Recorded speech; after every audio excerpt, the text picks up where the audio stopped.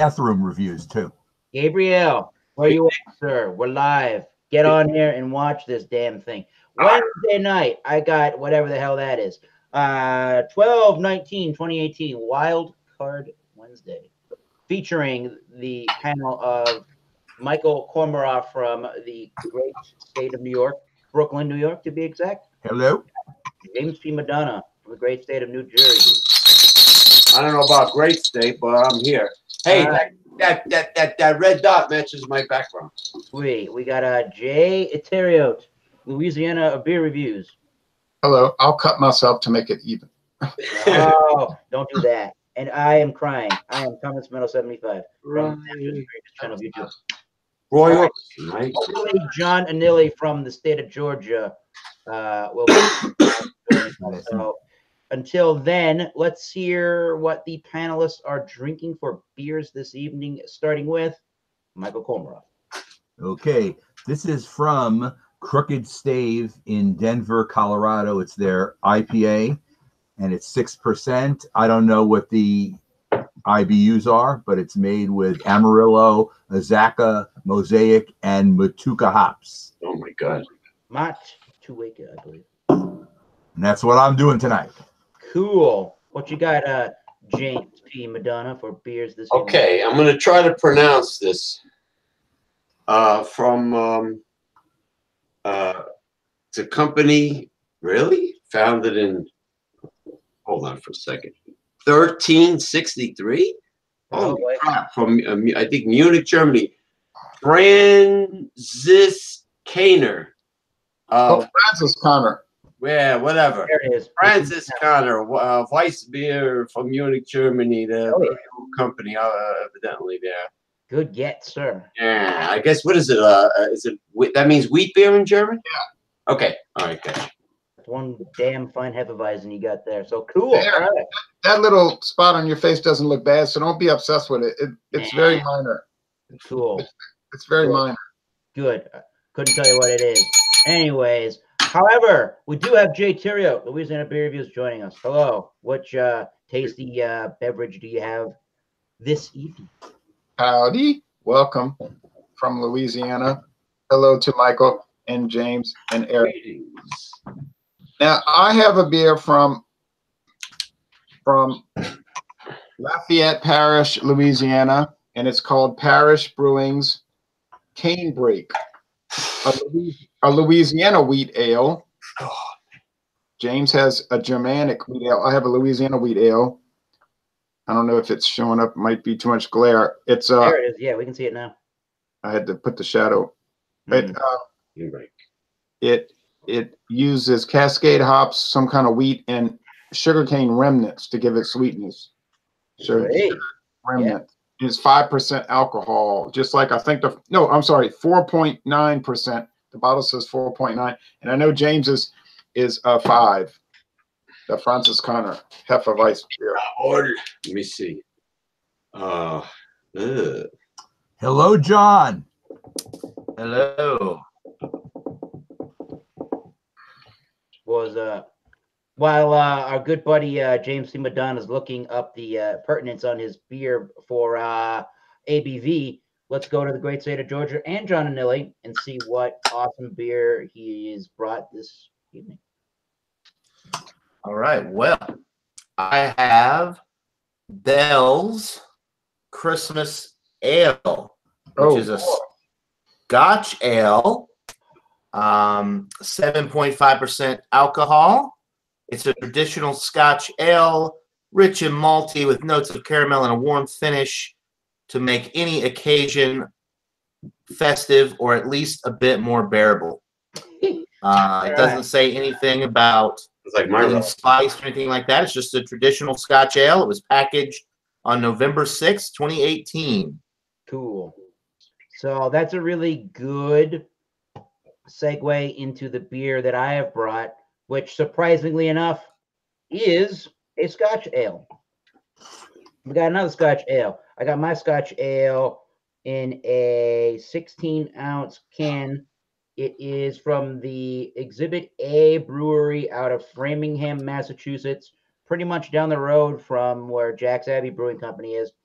It is like a play on a theme going with the movie Office Space. It says, "We're gonna need you to come in on Saturday, Scotch Ale." Come in on Saturday, Scotch Ale. We're going to have to come in on Saturday. We're going to need you to come in on Saturday. Okay. Oh shit. Again, it says a Scotch Ale in a 16-ounce can, brewed to get you through the rest of the week, featuring specialty malts from Valley Malt. It is 8.4%. Your Saturday plans are not to clean your apartment, go see Joanna, go fishing, or watch Kung Fu. And this is canned on the 3rd of December 2018. I got a tulip glass. Let's get pouring and start reviewing. So, happy Wednesday to everybody. Hope the week has been going so far so good, and the rest of it's going to treat you fairly well. Hello, Craig Swenson watching that. Hello, Craig. I was watching his video a little while ago for the Bear Republic. Nice. Good going, getting that going, Craig. We got one sip at a time watching. Hello, ma'am. All right. So who's got a beer poured and who wants to start this off? How about John Anelli? All right. So gave it a pour. It had about a finger of a tan colored head, which is dissipated. Nice dark brown appearance. Looks like a typical Scotch ale. So the aroma, very malt forward. Get some nice medium roasted barley malt, some caramel.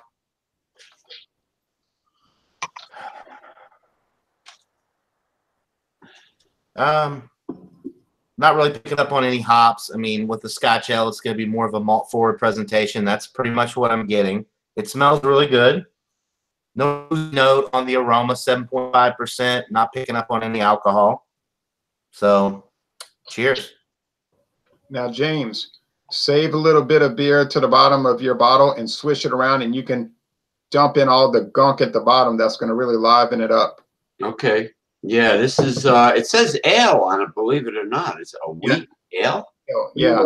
You want to definitely get it. We'll definitely come back to you, James. I do want to finish up with do the other guys. I do want to finish up with John Anelli's Christmas Ale. I just wanted to interrupt him. I didn't mean to interrupt, but I wanted to let him know that so he wouldn't just finish it off without enough to swish and pour it. I'm sorry. I apologize, John Anelli. Cool. Quite all right. Swish and pour. So everybody probably knows of Bells out of Michigan, a very popular brewery. I've never heard of the Christmas Ale before, so I was really excited to buy a 6-pack. It was $9.99 for a 6-pack of a 7.5% Scotch Ale. It's a pretty good deal, I think, and the beer is very good. You get some nice caramel sweetness. You get some toasted bread in the middle of the sip. Nice barley malt action going on with this one. It's really forward. A little bit of a hot bite on the back end to kind of balance it out, but it's definitely not a bitter beer. The body is medium with this one. The finish is actually relatively dry. It is medium with the carbonation as well, so it adds to the refreshing qualities of this beer. Very, very enjoyable. If you're a malt forward type guy and you like, if you've had other Scotch ales, this one's actually one of the better ones. Had a lot of Scotch ales recently, the best one being Founder's Dirty Bastard. This one is almost as good as that. Very enjoyable, very refreshing. The boozy, the 7.5% is masked very well. It doesn't taste like a 7.5% beer. And I'll keep sipping on it for a few minutes. I think I know what I'm going to give it, but you can come back to me, I guess. Okay. And I'll give it a rating. Yeah, we'll go right over to Michael Kormeroff and his Crooked Stave IPA. Okay, so everybody take a look at the pour. It's as I envisioned the juicy IPA to look. It's unfiltered, and I guess you'd say kind of like a light orange color. Yeah. The head is like white and soapy and has come down a little bit from what it was on the original pour, but there's still a nice head there. Let me give it a lot of tropical flavors in the nose. And I'm not sure if the 4 hops I read are known for their tropical, even though I think Mosaica is a tropical hop. So I'm getting that kind of tropical kind of nose on it. Let me give it a taste.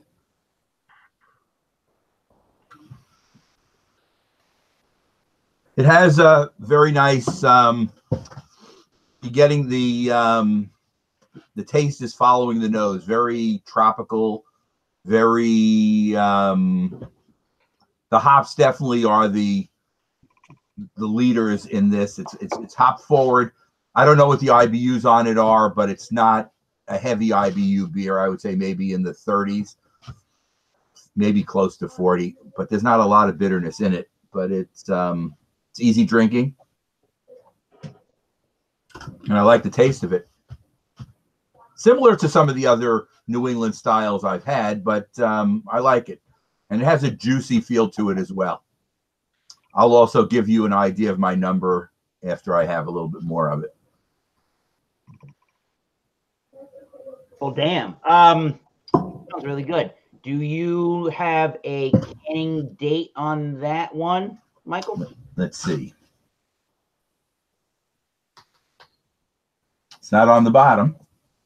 Sometimes it's on the side. Okay, here it is.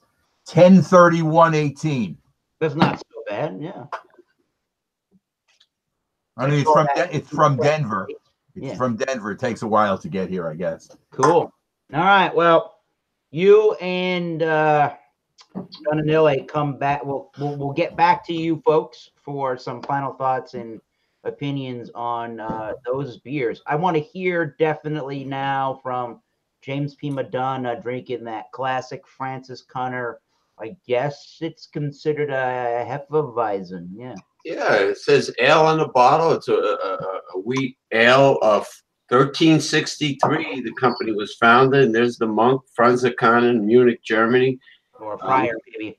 I'm looking for the alcohol. I'm still searching, but I've got the information for you. It's a Franciscan. That was the Franciscan order that founded the brewery. Franz Akane, it means Franciscan monk, right? Franciscan. Right. And it's premium Weissbier Natural Trub. That means natural Weissbier. And the color of many of the beverages that Eric has shown has that citrus, orangey. You know what? There's a strong flavor of honey in this. Yeah, a citrusy aroma, but the more I sniff it, and then once I taste it, it tastes a lot like that honey liqueur from Germany that I had at one time, like mead or something. it says the naturally cloudy, I'm looking on their actual website right now. Yeah. And the naturally cloudy Franciscan is just right for the enjoyable and relaxed break after work, in the bar, in the restaurant for dinner, or at home. Or in a monastery. Or in a monastery. Independent, honest, and sympathetic. It goes well with meat dishes, preferably directly from the grill. And they're showing a grilled steak with vegetables. Okay. Yes, I just want to get a close up of that beautiful color. And honey is definitely noticeable in here. Let me see if I could. Well, you have it on the website, the alcohol. Yeah, 5%.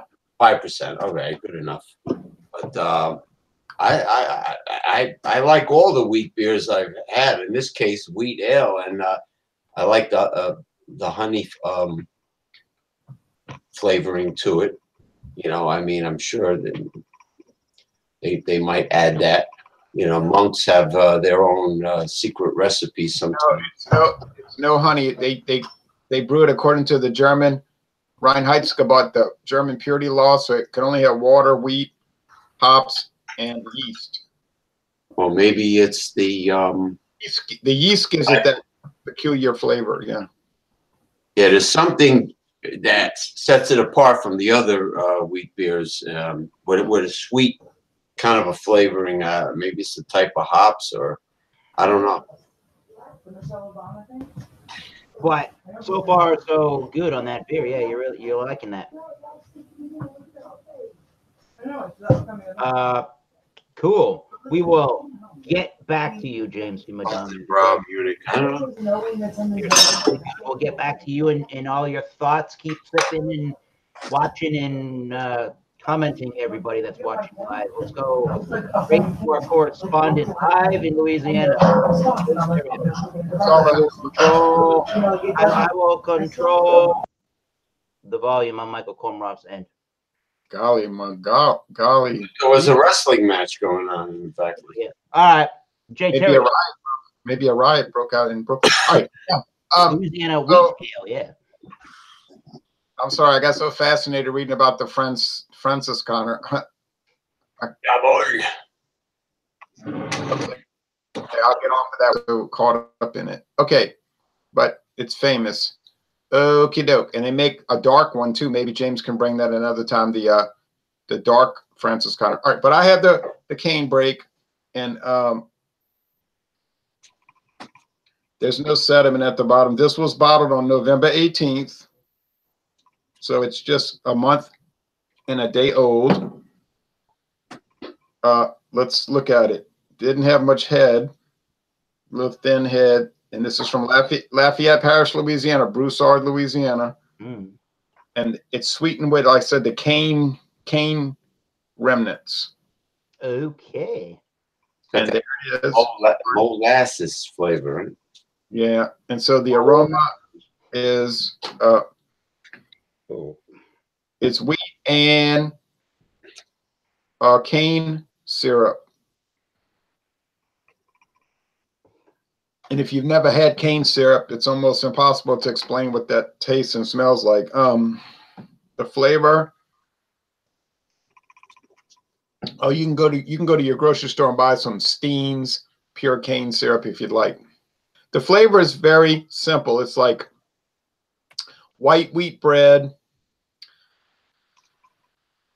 and a little bit, and I mean a little bit, of sweetness. So it's not what you're thinking, like a real sugary beer. No, there's no bitterness here at all. The body's light and the finish is pretty dry. So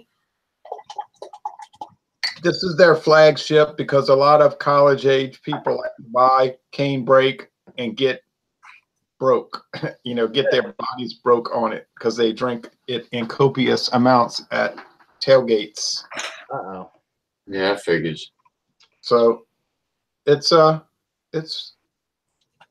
B. It's a good beer. No, you already rated it B. Put it down in the book, Michael. Cane juice. In Spanish, they call it panela, in Spanish cooking. Yeah. Latin cooking. Panela. We would chew on those stalks sometimes, but I thought it was too sugary. I couldn't stand chewing it. It'd make my teeth hurt. Just making a rot off your mouth as you bite down on it. All right. 85 out of 100. I don't need to make it too complicated on this particular item, but I would recommend it. Check it out. Not everything's got to be the most complex, complicated thing in the world to just hit that spot when you're looking for a beer to do that. So yeah, that's cool. Just we got and it yeah. So we got craft beer pours. And one sip at a time watching. Cheers and hello to you guys. Got a craft beer from right in our neck of the woods in Massachusetts. Exhibit A Brewing Company. Again, they're from Framingham, Massachusetts. This particular beer was canned on 12/3/2018, and it is called We're Gonna Need You to Come In on Saturday Scotch Ale. Gabriel Zelaya is here in the chat. So we're gonna need you to come in on Saturday Scotch Ale based on famous quote from Gary Cole's character, Bill Lumberg, the boss of Intitron, I think is what it is, Instron. Inatrode, yeah, that's it. And yeah, Office Space. So this is Scotch Ale at 8.4%. I don't know if the website says a whole bunch. They did kind of say what they wanted the beer to brew at, but I'm going to review it for you anyways. When I poured the holy Michael Cornwell. When I poured the beer,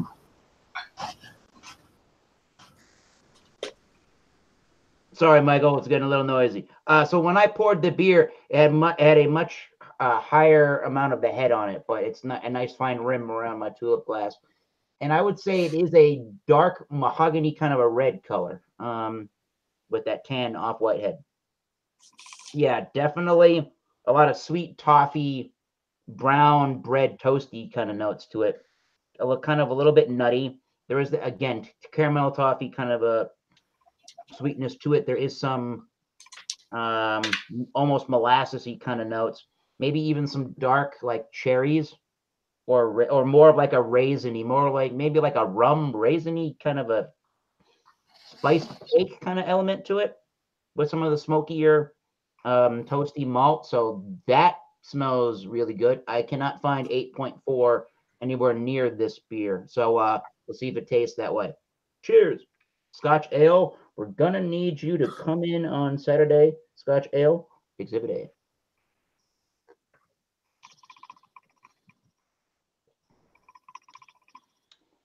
You kind of get faint hints of 8.4, but to be completely honest, this thing can be killed with minimal effort, and that's scary at 8.4%. You are getting some really nice looking lacing on there. The finish is gigantic on this beer, but in a very pleasant, easy drinking way. The finish is wet. It blooms with all of this, I kind of want to say almost maple syrupy notes. It's got a very caramel, toffee, maple syrupy, almost molassesy kind of a note to it. It's very, I would say it's sort of a medium style thickness and chewiness to it. There's definitely all kinds of those toasty, almost smoky, brown bready, malty notes to it. And with the addition of that sort of dark raisiny plum kind of a notes to it. I guess I'm getting a little bit of cinnamon and maybe nutmeg in there as well. So, I mean, this is like a good rum raisin bread or something along those lines. Even some medium roasted kind of coffee notes to it. So this one at 8.4 is just going down strangely easy. And it was $4 or $3 and change. So actually, this is a really good deal. You're gonna have to come back to me on a rating on that one, but so far I'm giving it high praise and marks. But yeah, it really excellent beer. I'm glad I'm not drinking an IPA and changing it up for a change. So yeah, let's go back to James P. Madonna. Let's go the other way. Well, I'm not sure exactly what gives this wheat ale the sweetness and the citrus orangey color, but I give it, I'd say, as far as the other wheat beers I've had in the past, I'll give it 87. I'll give it an 87. B plus, you know, so and that's that. I don't know what magic those Franciscans perform, but I would definitely have it again, but I'm going to keep my eyes open for their darkest product, like Jay said. Yeah. You know, they had a good variety, a much larger variety of single bottled imports and things that I've never seen before. So I'm happy about that. Those are good. That's a good brand to try a lot of different beers from. And then you got all these different brands, Eininger, Weinstefaner, Francis Connor, that are really, because of how long they've been around, they've almost invented said styles. So if you really want to get authentic versions of like German style beers, you're hard pressed to not go anywhere but to those three companies. Well, I was going to choose a lager from the Ukraine, which had a very attractive bottle, but then I saw the Monk, and I decided to go with this. So, you know, but there's always, you know, the future. By the way, Gabriel Salaya says, nice haircut. Oh, thank you, Gabriel. All right. That sounds like I have had that beer before, not recently, but damn good review, damn good beer. Thank you, James P. Madonna. Let's go back to our Brooklyn, New York correspondent, Michael Kormaroff and his Crooked Stave IPA. Okay, I'm going to give mine an 89, which is on the edge of a B plus and an A minus. I guess it's a strong B plus is what it is. It's good, but it's not. It's not a Trillium. It's not a Treehouse. It's not another half. It's an echelon below, but it's okay. That wasn't too expensive in your area? It was $1.64 for a 12-ounce can. Is that worth that price of admission? Yes, but I'd always pay $1.64 for a B plus beer. Oh, okay. Now you heard it live, folks. Giving you the lowdown, the laydown. All right. What else? Anything else you can think of that would cause that beer to maybe get a higher rating, or what is it not? What is it lacking for you? Okay, it doesn't have the total juicy quality. It has the unfiltered look, but there's something about the world-class New England IPAs which it doesn't have. It doesn't have that kind of oaty feel that a lot of them have. It doesn't have that. And maybe they don't have any of that in this. Maybe it's more of a straight IPA that they're trying to brew with the look, and it doesn't have the taste quality that some of the other New England IPAs have. Okay, I can understand that. It does come from Denver. Denver is not in New England, so maybe they have trouble producing the same beer. Folks. Denver is not in New England. And I forget who we were live with one time that said, I forget who it was. I don't remember who it was, but somebody was drinking a Molson Canadian, said, Molson, it's close enough to Europe, or Canada, close enough to Europe. I think it must have been John H. Pierre. We love you, man. But we got to hear from Michael Komaroff. We just heard from you. Holy crap. John Anile. I'm getting all these names screwed up. And he's got another Scotch Ale, that Christmas Ale. Right, the Bell's Christmas Ale, Scotch Ale. This is my favorite Bell's beer, that's for sure. Bell's can kind of be hit or miss. Not that their beers are bad, but some of their beers are kind of generic. This one is really blowing me away. I really love Christmas Ale. Just a traditional Scotch Ale. It's got that those bready qualities, that's some dark fruit, the nice caramel sweetness. The alcohol is masked well. It's not as good as the Founder's Dirty Bastard. I gave that 98 out of 100, but it's pretty dang close. So this one gets a 96 out of 100. Whoa. I reviewed that. It is really an incredible beer. Yeah. And for $9.99, a 6-pack, you cannot go wrong with this product. Yeah, I had that a number of years ago, and I did review it on my channel, and that was given to me by a cousin, second cousin. I can't remember where she lives inside of this family tree. However, before even Bell's came into New England, she gave me that a couple years ago, and I remember really liking that beer. So I say good review on that. Y'all have the same grandmother, then she's a first cousin, and if you that must be, that's got to be first. I think you would be right about that. Yeah, great. If you have the same great grandmother, then she's a second. Okay. I am going with first on that note. The last Scotch Ale of the evening. So here it is. Once I pour in more of the beer, and that's sort of the head retention that you get. I don't really have this glass. I know maybe Jay knows about it. Maybe Michael does. I think Scotch Ale, a kind of Scotch Ale glass is called a thistle, where it kind of has a giant bulb at the bottom.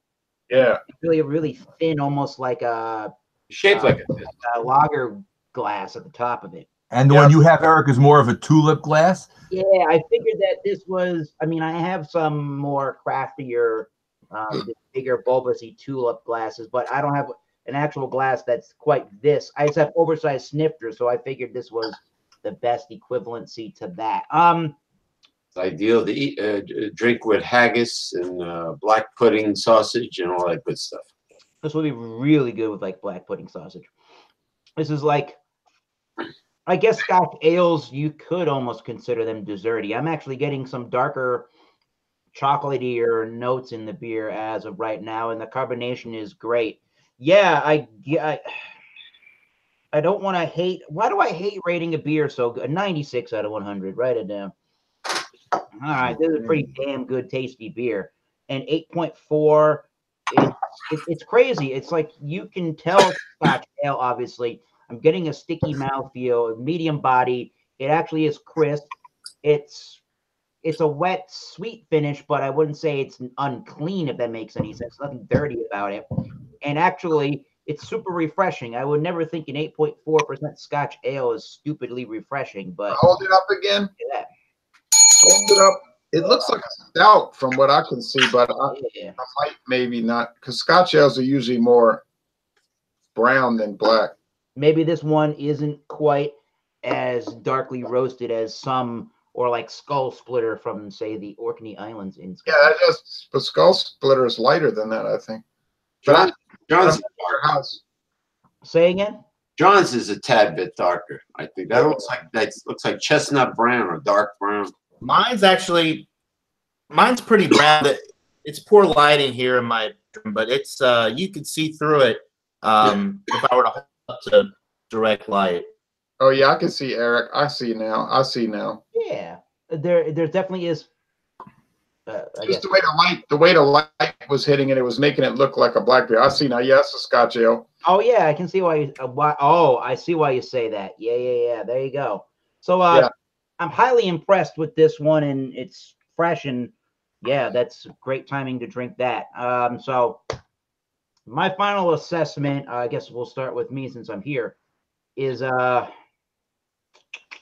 craft breweries should totally be doing some more Scotch ales. It's a style, can't say it's uncommon, but you're hard pressed to find a lot of breweries that are doing Scotch ales in your local municipality. So this one is pretty good, and everything I've ever had from Exhibit A, and I did a live review like 2 years ago from the brewery, everything I've had is dynamite. They do really good porters, really good IPAs, imperial stouts, imperial IPAs, and obviously Scotch ale. So if you're ever in New England and you're going to Jack's Abbey, 5 minutes down the road, Exhibit A, get your ass over there. I'd drink it. So they should come out with one called Haggis Harry, with a Scotchman with thistle thorns coming out of his butt. I think Gabriel had one recently from, what was it, Twin Peaks or wherever that is.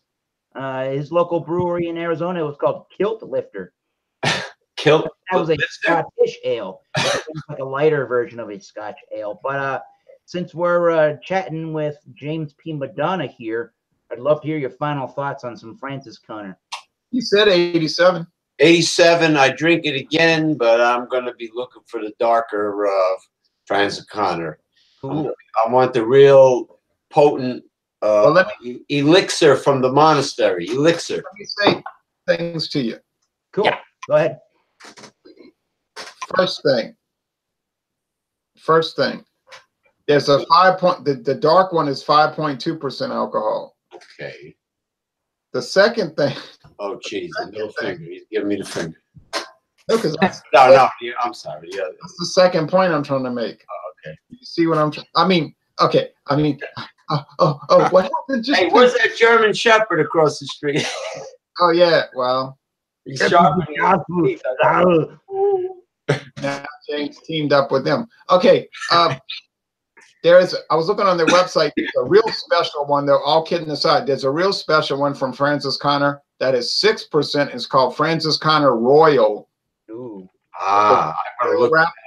I'd like to see you try that Royal. I don't know if it's available in the USA, but I bet that's a dynamite product. 6%. Don't drink too much of that. This is imported from a company in St. Louis, Alliance imported by Import Brands Alliance. Oh, that's a clever name they came out with. St. Louis, Missouri. Spattenbrau, Munich. I'm impressed by the age of the company, though. 1363. That's probably the head monk. That's the oldest evidence they have. They got documents going back to that year that the brewery was in existence, but it's possible it was there before that, but they can only document it back to that year. Yeah, well, what do you call it? Jagermeister supposedly is several hundred years, the recipe, from a monastery also in Germany. 800 years, 700 or 800 years old. I was reading about it. You got to be careful with the Jaeger. Don't think. Oh yeah, I like that Jagermeister. Don't think too long about St. Louis, Missouri, or you'll make the connection of who brings this in. And Anheuser-Busch. we don't want to. Oh, no, no, we don't want to think that. Well, Not- that's the answer to the riddle. Not InBev again. Oh shit! Oh yes. Oh shit! You know what? Anheuser-Busch is the owner of Craft Importers Alliance, whatever that name is. We got to get to Michael.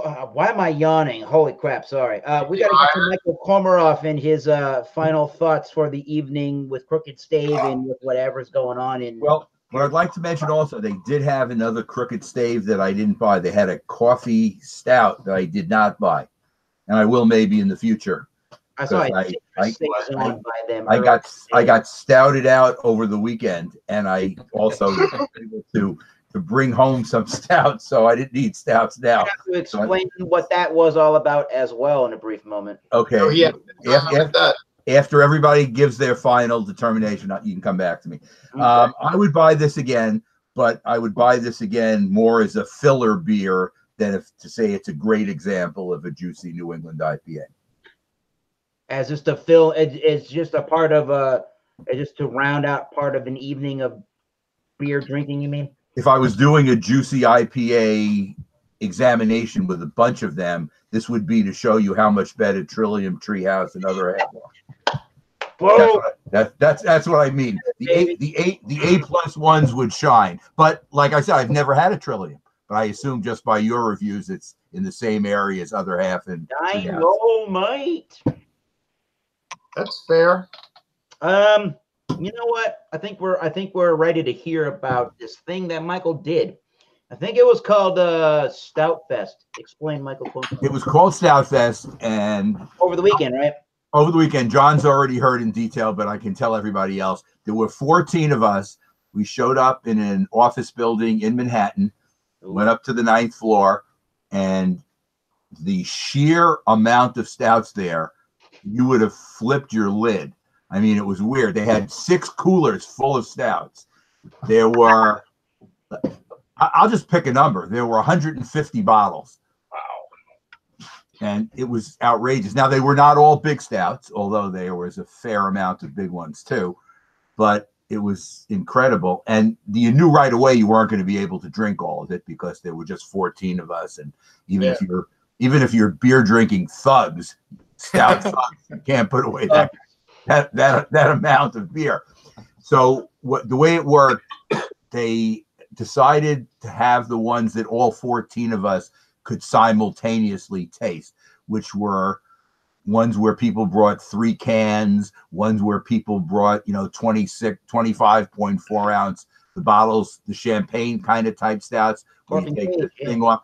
There were a few bombers we did have also, but with the bomber 22 ounces with 14 people, you got less than 2 ounces each. They want to give you at least a 2 ounce sip of it before. And it was very high on the New York area companies. Captain Lawrence, Barrier, Other Half. You have any Grimm? And there was Founders and Goose Island and some of the others. But it's funny, the ones that are more nationally known, it seemed like those were the ones that ended up on the table after, which we were selecting. The ones that were left over were selected. The first we were doing an elimination on the ones we thought were the best. So we picked the 3 best, and then if we found one that was better, we would take it and move one of the ones out. We had 1, 2, 3. If one was better, we'd move it out. And the 3 people with the best beers at the end got to choose. There were 75 bottles left, and we got to choose by that way. 1, 2, 3 went, and it worked out great for me because after that they decided it would go oldest to youngest. So I was number 4. I was the oldest one there. The age range was from 40 to 67, and I got to pick 4th. The guy who was 40 had to pick 14th, the last guy. But there was the first couple of rounds, there was enough to go around that was good that nobody could have said anything. The 3rd round got spottier. And Jay, you're going to get a kick out of this. At the very end, there were 2 bottles left of Samuel Smith's oatmeal stout, and nobody would take them. They wouldn't take it. It was too low. They said that's not even really a serviceable stout. So I'm not ashamed of it. I took one, and I had to force. There was a New York Ranger fan there. I had to go over to him, and I said, "You have to take this." And he says, "Do I really have to?" I said, "You have to take this." And he had it with his beers, and he took it. What's wrong with that there? I guess what they were trying to say is they wanted it to be all upper crusty stouts. It had to be. They looked down on what's the Russian Imperial Stout from Fort Bragg, California. Oh, Rasputin. That was there, and they looked down on that. What? They said that's you know what they called that, Jay? They said that's a has-been stout. Holy shit. Good thing I wasn't at that event, Michael. It wasn't. See, there were 14 people, and it wasn't everybody who thought that way. I didn't think that way. There were a couple of others of us who did. I would say half the people were stout elitists, but they're willing to spend. So in other words, if you're a stout elitist and you'll go for CBS, you go for some of the other more expensive stuff, you can't look down on them. They're willing to spend the money, and that's cool. I'm not looking down on them. I'm just glad I wasn't there because I might have said the wrong thing. Did anybody have a now here's one maybe people forgot about. Maybe not necessarily the brand and the line of the beers from oh my God, Sierra Nevada Narwhal, but did anybody have a barrel-aged version of said Narwhal? They did not, and there wasn't even the original Narwhal was not there either. Crap. North Coast Brewing's Narwhal. Hey, look, I got to get off of this. No. I got to get off of this, but because I have something to do tomorrow morning. Gabriel Salaya says, well, we're going to work. Yeah, it's a perfect chance to wrap up, and I'd love to hear more about this later. Gabriel says the Strong Beer Festival is coming soon. Good. Called Christmas. Yeah, just drinking get crazy. All right. Jay, will you be here next week on the 26th, which is the day after Christmas? Actually, I have the day off. Yeah. It's doubtful, but it's not totally out of the question. Okay. I know John is traveling. John will be in Alabama with his Probably not. I'm probably not. Kinfolk. Yeah, I'm probably not going to be around. I wanted to ask y'all, Yeah, go ahead. specifically John and Neely, should I go buy a bottle of champagne tomorrow? Ooh. John wanted to do a campaign type review. Yes. Because I think John and Neely had a project in his head about that. Yeah, on New Year's Day, I think we decided I'm going to do a champagne examination. Yeah, New Year's Day or New Year's Eve? Or New Year's Eve, whichever one. I'm good with either. Whichever one works for you guys. Whoever wants to join. New Year's Day is a problem because I got to go and watch football with some people. New Year's Eve. New Year's Eve. 7 Eastern time might work. Yeah. We'll keep talking about that. John and Ellen on his channel will let you all know about that. So, Jay, if we see you next week on Wednesday, great. Merry Christmas before. Thank you. And I'm sure we're gonna talk more on the post wild card segment. Yeah, and if not, I'll plan to be there for the first Wednesday in January for Christmas beers. Excellent. Cool. So Ready. John Anile from Georgia, Michael Komaroff, Brooklyn, New York, James C. Madonna, New Jersey, Ronald J. Terrio, Louisiana Beer Reviews, Terrio, yes, Louisiana, Massachusetts Beer Reviews, channel YouTube, Southeastern Massachusetts. And until next time, I say thank you all for joining. Cheers. Raise a glass with me and saying keep tasting those great beers. Cheers. And we'll see you next time on a Wednesday. Cheers. Merry Christmas, everybody. Next time.